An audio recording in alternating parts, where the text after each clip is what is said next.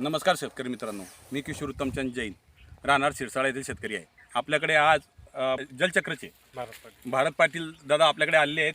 नमस्कार SRT मित्रांनो, यावर्षीच मका घेतला पहिल्यांदा. कोरडवाहू क्षेत्र आहे माझं. SRTचे ग्रुप आणि आपल्या यूट्यूबवर जे भरपूर व्हिडिओ येतात तर ते बघून शेती करायची मानसिकता तयार झाली माझी.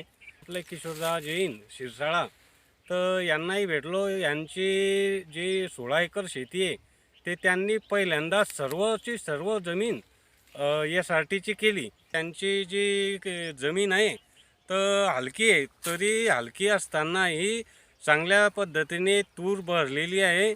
आणि ती जी तूर आहे त्याला विशेष म्हणजे पाहिजे तेवढं पाणीही दिलं नाही, लेटही पेरल्या गेली, तरीही ती चांगल्या प्रकारे दिसते आज. आणि जी कपाशी आहे ती पण चांगली आहे. आधीचे जे 1 वर्ष मागच्या वर्षी त्यांनी मका पेरला होता त्याचे धसही आम्ही उपटून बघितले. त्याच्या जमिनीमध्ये गांडूळ दिसत आहे. ती कला आहे SRTची, तर त्याच्यामुळे चांगलं पीक बहरलं आहे.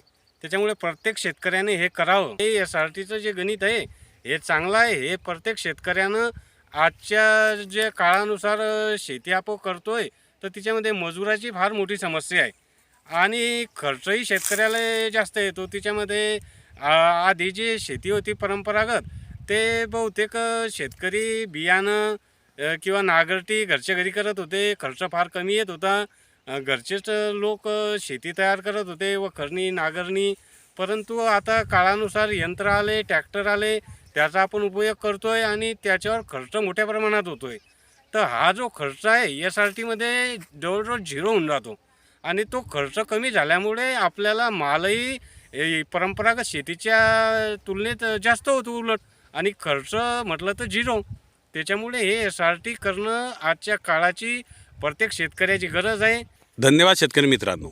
SRT केंद्रधारकांचे नाव, जिल्हा आणि त्यांचे फोन नंबर दिले आहेत. नोंदणीसाठी कृपया आपल्या जवळच्या केंद्राशी संपर्क साधा. धन्यवाद.